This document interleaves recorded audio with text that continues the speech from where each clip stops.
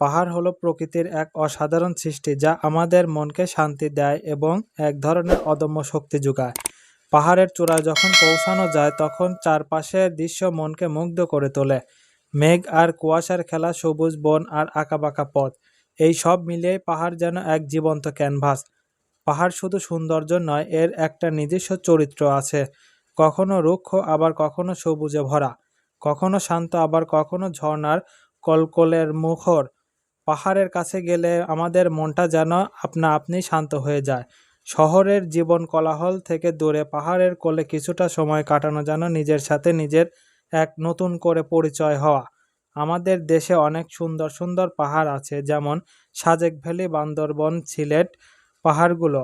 এই জায়গাগুলোতে গেলে পাহাড়ের আসল সৌন্দর্যটা অনুভব করা যায়। পাহাড়ের প্রতিটি মুহূর্ত অসাধারণ। পাহাড়ের প্রতিটা বাঁকে লুকিয়ে আছে নতুন এক গল্প, যা আমাদের নতুন করে বাঁচতে শেখায়।